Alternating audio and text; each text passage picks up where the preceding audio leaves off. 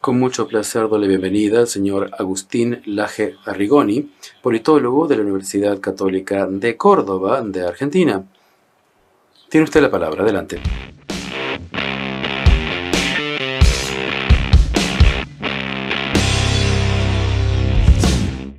Saludo cordialmente al señor secretario general adjunto Néstor Méndez, al señor presidente del Consejo Permanente de la OEA, embajador Víctor Fernández, al Grupo Voluntario de Seguimiento de la Carta Democrática Interamericana, a las delegaciones de los Estados miembros y demás autoridades presentes. Dado que celebramos en este encuentro la Carta Democrática y que el tema propuesto guarda relación con las tecnologías de la comunicación, me gustaría comenzar con una reflexión poco novedosa, pero que encierra ideas habitualmente olvidadas. Como cualquier politólogo sabe, la democracia es inescindible de la libertad de expresión. Para que el kratos, el poder, resida en el demos, el pueblo, este último debe tener la posibilidad de expresar sin coacciones su voluntad. Si no tuviese garantizada la libertad de expresión, ninguna garantía tendríamos de que su voluntad dirige los actos de gobierno. En este sentido, no es una casualidad que la conformación de regímenes democráticos en el mundo moderno haya estado acompañada por el desarrollo concomitante de tecnologías de la comunicación que contribuyeron a formar un espacio público en el que distintas voces pujaban para abrir el debate político.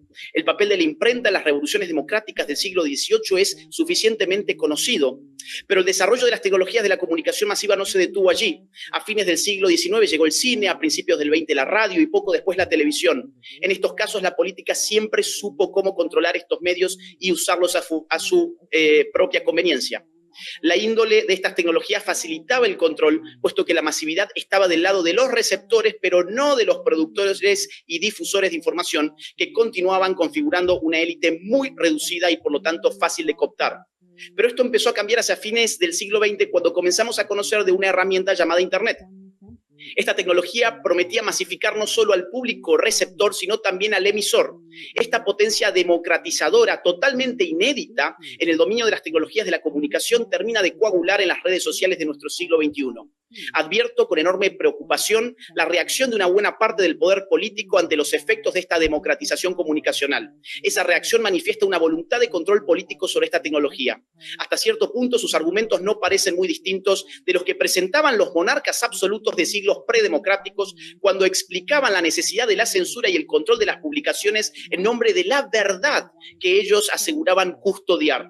La novedad de nuestros tiempos consiste en que todo esto muchas veces procure hacerse también en nombre de la democracia. Dicho en breve, que el poder político incremente su control sobre las tecnologías de la comunicación sería esta vez una necesidad democrática. Vaya curiosidad.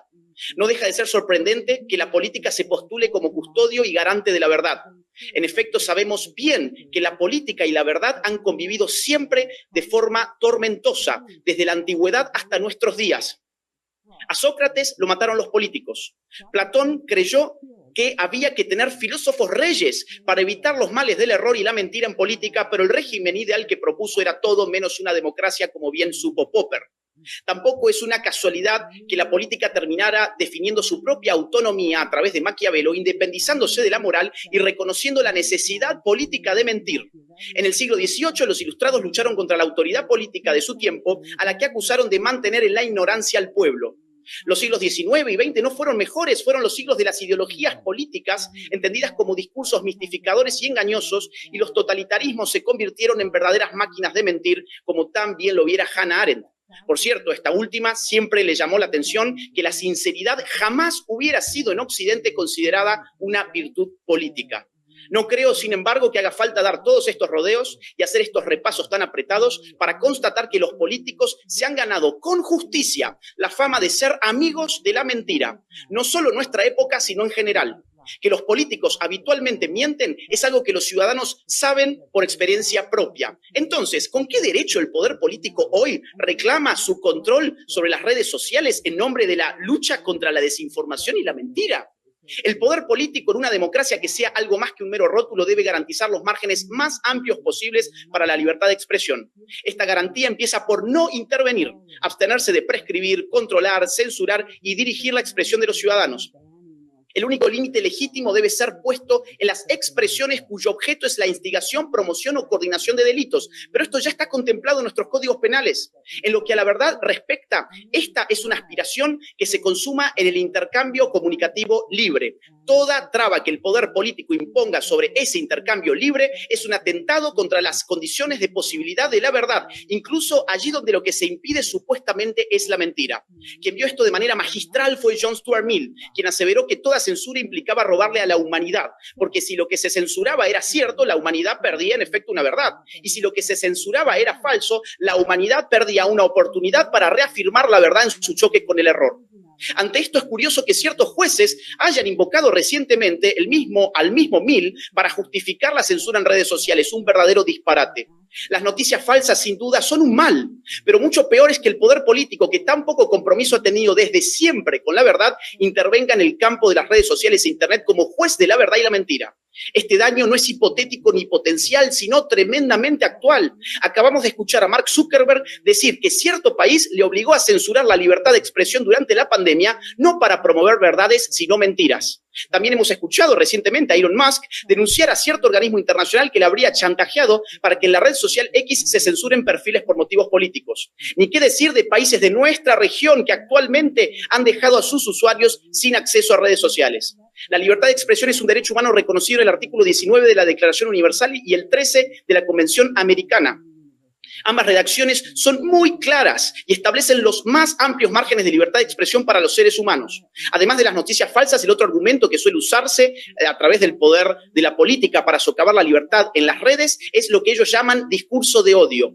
Este término se está convirtiendo en una brillante coartada para demonizar y silenciar cualquier tipo de opinión que no agrade a quienes poseen los medios para, como diría Michel Foucault, ordenar el discurso. En este caso, la coerción penetra hasta el ámbito de los sentimientos. Usted odia. Si usted dice eso, solo puede ser porque usted odia. Y porque nosotros decretamos que usted odia, nosotros reivindicamos nuestro derecho a hacerle cerrar su boca a la fuerza. Vaya muestra de amor. Vaya en realidad nivel de arrogancia el de quien se convierte en juez de algo tan impenetrable como el sentimiento ajeno. Así hemos visto cómo la política se armó de instituciones muy parecidas a los ministerios de la verdad de la distopía de Orwell. En Argentina tuvimos una de esas que persiguió a opositores políticos y a simples ciudadanos, como quien les está hablando en este momento, simplemente por contrariar los dogmas ideológicos de turno. Permítanme brindarles un ejemplo. Si un ciudadano afirma que no cree que la autopercepción determine en ningún sentido la identidad sexual de una persona, ese ciudadano se convierte automáticamente en un promotor de discursos de odio y debe ser censurado y hasta reeducado por los nuevos ministros de la verdad y del amor. Este ejemplo no es hipotético, lamentablemente es real. Por decir esto, yo no solo fui perseguido años atrás por un organismo del Estado argentino, sino que también mis cuentas de redes sociales fueron bloqueadas y terminé en una lista negra promovida por Naciones Unidas. Ustedes hoy se preguntan qué políticas públicas y qué prácticas estatales pueden servir para combatir las noticias falsas y los discursos de odio en Internet. Yo quisiera decirles, la libertad de expresión nunca estuvo exenta de errores y confrontaciones. La libertad jamás ha sido gratuita. Sin embargo, el precio que significa el riesgo de la difusión de mentiras y de expresiones que nos desagradan es mucho menor que el costo de hacer intervenir a los políticos en el delicado campo de la libertad de expresión. En materia de libertad de expresión, la mejor política pública es la que saca a la política de la comunicación pública. No creemos que los políticos deban ser jueces de lo verdadero y de lo falso y nos echamos a temblar con la sola idea de que puedan ellos mismos considerarse jueces del amor y del odio. Muchas gracias. Thank you. Muchas gracias al señor Laje Arrigoni por su presentación.